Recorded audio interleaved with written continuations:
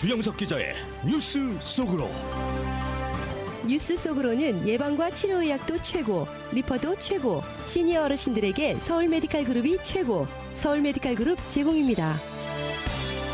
미국의 기준금리 인상 여부가 결정이 될 6월 연방공개시장위원회 FOMC가 오늘과 내일 열려 관심이 집중되고 있습니다. 시장에서는 일단 이번 달 FOMC에서는 금리 인상을 중단할 것으로 보고 있지만은 다음 달에 다시 금리 인상이 이루어질 가능성이 높은 것으로 예측하고 있습니다.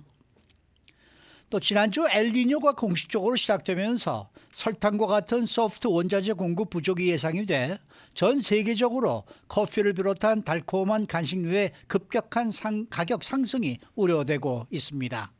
자, 주영석 기자. 안녕하십니까. 연방공개시장위원회 회의가 오늘부터 열리죠. 네, 그렇습니다.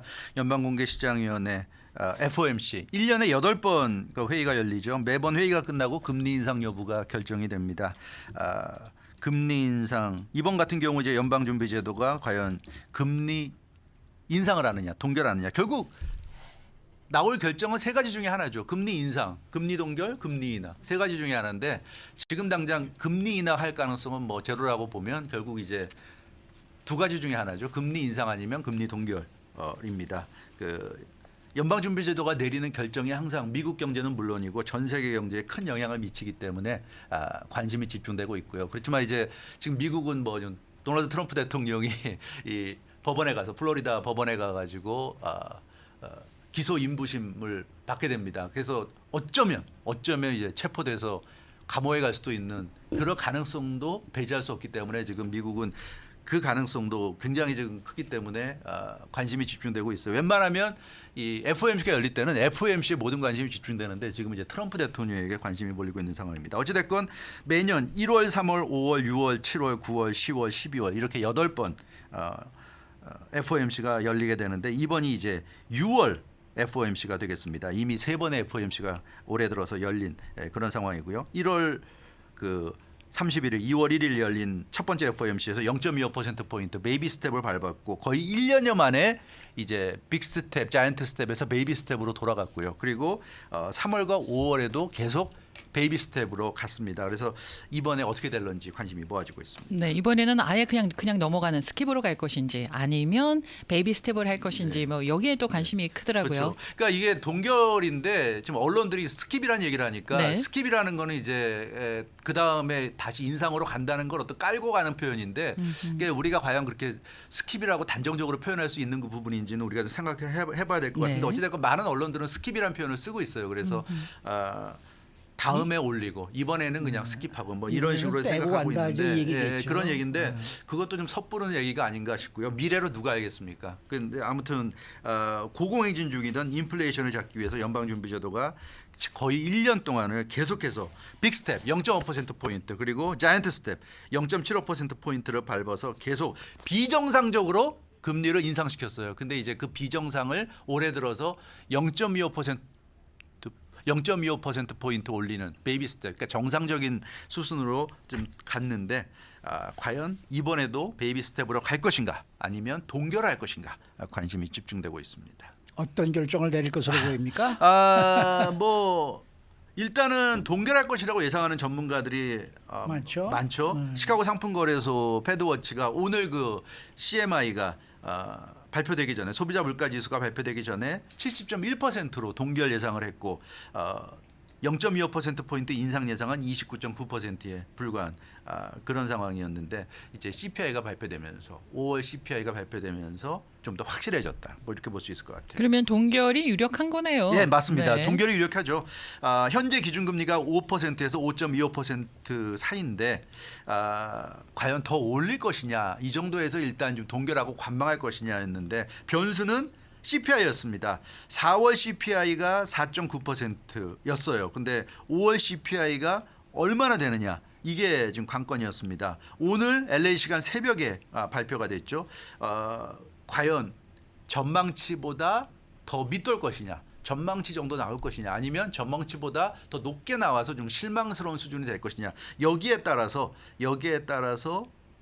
연준의 스탠스가 달라질 수 있었는데 어찌됐건 오늘 결과적으로 5월 CPI가 전망치보다 더 낮게 나왔잖아요. 낮게 나왔기 때문에 호재로 시장 입장에서 볼 때는 호재로 작용하는 그런 분위기입니다.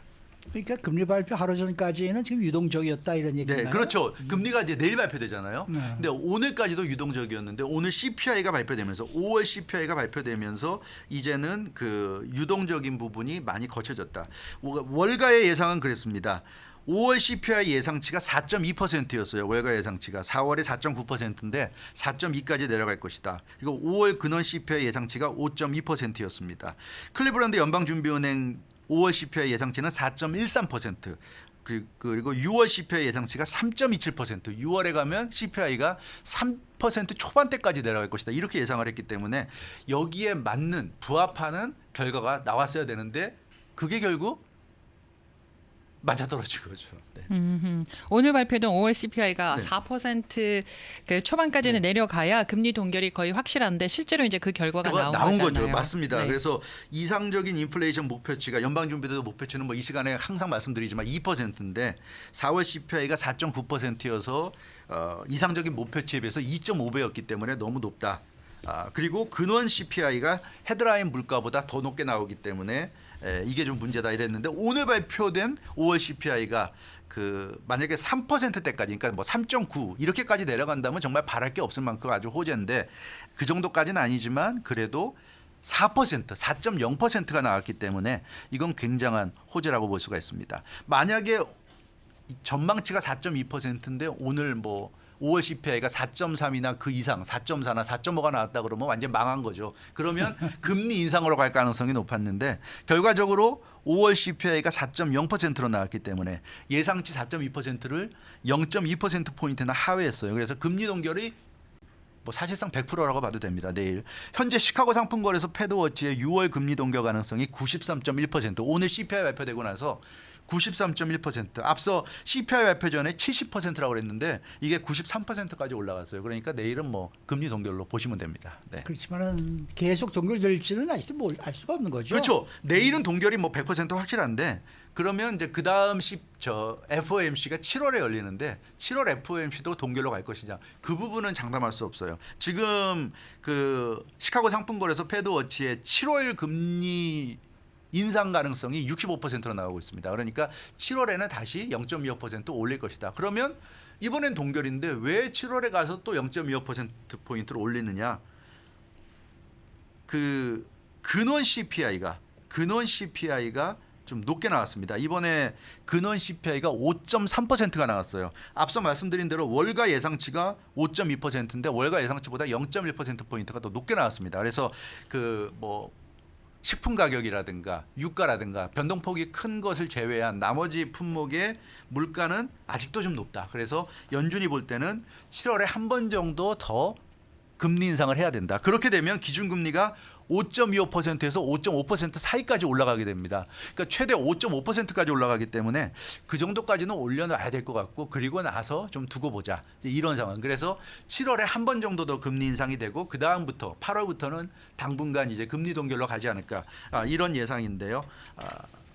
그렇다면 이제 6월 CPI가 5월 CPI가 발표가 됐고 7월 중에 발표될 6월 CPI가 어떻게 나오느냐에 따라서 만약에 6월 CPI가 클리브랜드 연방준비은행 예상치처럼 3% 초반대까지 내려가고 근원 CPI도 많이 떨어져 준다면 그러면 뭐 동결로 계속 갈 수도 있겠죠. 그런데 그런 결과가 나오지 않는다면 시장 예상처럼 7월에는 다시 0.25%포인트 오를 것이다. 그러나 그렇다고 해서 계속 인상으로 가느냐? 그렇진 않고요. 7월에 한번 인상하면 그다음에는 계속 그다음부터는 이제 동결로 갈 수 있다. 왜냐하면 기준금리가 5.5%까지 오르기 때문에 당분간은 동결로 계속 갈 가능성이 높다. 이렇게 말씀드릴 수 있겠습니다. 네. 자, 다음 소식입니다. 엘니뇨 현상이 시작이 되면서 원자재 가격이 오를 가능성이 높다라는 소식입니다. 그렇죠. 뭐 지난주에 공식적으로 엘니뇨 현상이 시작됐죠. 6월 8일 목요일입니다. 네. 그때 시작이 됐고요. 그 엘니뇨라는 건 뭐 잘 아시다시피 태평양 바닷물 온도가 예년보다 높아지는 그런 현상입니다. 그래서 엘니뇨가 오면 전 세계적으로 폭염, 가뭄, 홍수 등이 이상 기후 현상을 몰고 오게 됩니다. 그러니까 덥고 비 많이 오고 이렇게 되니까 이제 곡물이나 가축의 작황이 크게 떨어지는 상황이 될 수 있죠. 그래서 그 결과가 이제 원자재 가격 상승 요인으로 작용할 수 있다. 이제 이런 관측이 나오고 있습니다. 그러니까 우리가 먹는 식탁에서 빼놓을 수 네. 없는 식재료들 값들이 올라가겠네요. 그렇습니다. 특히 블룸버그 보도를 보면 엘니뇨 현상 때문에 소프트 원자재 중에서도 지금 말씀하신 식탁에 오르는 그런 소프트 원자재 공급 부족이 심화될 수 있다 예상했는데 대표적으로 설탕, 초콜릿, 코코아, 커피 이런 그 재배가 크게 떨어질 수 있다는 얘기입니다. 폭염, 홍수, 가뭄 때문에 재배량이 감소하면서 극심한 공급 부족이 우려될 수 있다. 그러니까 공급이 부족하면 가격이 오를 수밖에 없죠. 그래서 소비자들의 부담이 매우 커질 수 있다는 얘기입니다. 네. 네, 실제로 이미 선물 시장에서 이들 그 소프트 원자재 가격이 오르고 있다면서요. 맞아요. 선물 시장에서 그러니까 이제 미래에 이제 나중에 이제 구입할 예. 가격을 이제 미리 정하는 선물 시장에서 원두, 코코아, 설탕, 오렌지 주스 가격이 모두 크게 오르고 있습니다. 그러니까 지난주 선물 시장 가격을 보면 지난해 같은 기간보다 10% 이상 올랐습니다. 오렌지 주스 선물 가격은 1년 전보다 39.39% 거의 많이 40% 올랐네요. 정도가 올라서 굉장히 가격이 올랐습니다. 파운드당 257.95달러의 오렌지 주스 선물 거래가 됐고요. 설탕 선물은 1년 전보다 34.50%가 상승했어요. 그러니까 역시 많이 올랐고 코코아도 33.33%, 원두도 마찬가지로 커피의 재료인 원두도 역시 30% 이상 오른 그런 상황입니다. 제가 개인적으로 뭐 마시는 커피가 있어서 이제 네. 그걸 정기적으로 사는데 네네. 아유 많이 올라가는 그래요? 것이에요. 네. 네, 커피까지 정신 없습니다. 올 하반기에는 이 커피, 과자 뭐 이런 것들이 가격이 훨씬 더 비싸질 가능성이 높다는 얘기가 되겠네요. 그렇죠. 뭐 커피 가격, 원두가 오르니까 커피 가격 오르고요. 설탕, 코코아, 초콜릿, 그러니까 과자의 원료가 되는 그 제품들이 가격이 오르기 때문에 과자 가격이 오를 거고요. 오렌지 주스 가격도 오를 겁니다. 근데 지금 말씀드린 커피나 과자나 오렌지 주스 같은 건 매일같이 식탁 위에 오르는 대표적인 그 우리가 먹는 것들이잖아요. 그럼요. 예, 그래서 이게 가격 오른다고 해서 안 먹기가 좀 힘든 것들입니다. 예, 커피 좋아하시는 분들이 가격 오른다고 커피 끊을 수 있겠습니까? 못 끊어요.